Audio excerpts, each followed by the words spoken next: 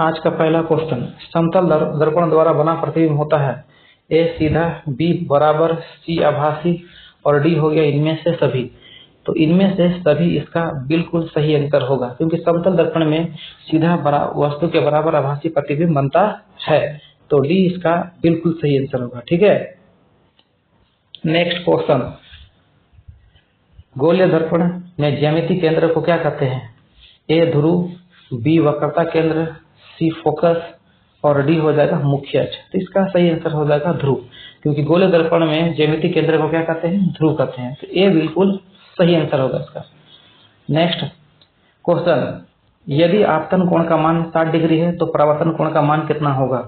ए 70 degree, B 60 degree, सी 30 degree और D 90 degree. तो इसका सही आंसर होगा बी हो जाएगा आपका 60 डिग्री, क्योंकि आपतन कोण और परावर्तन कोण हमेशा बराबर होता है। तो बी इसका सही आंसर है। नेक्स्ट क्वेश्चन,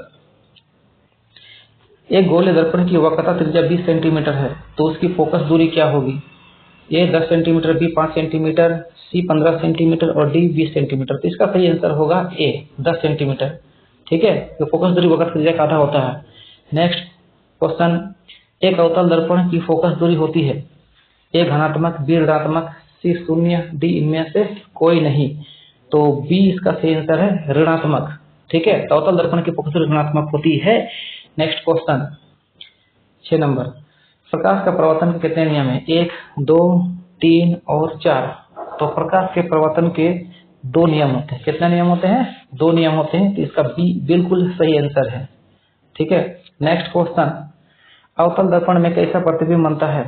ए वास्तविक, बी उल्टा, सी वस्तु के बराबर और डी इनमें से सभी। तो डी होगा सही होगा, इनमें से सभी।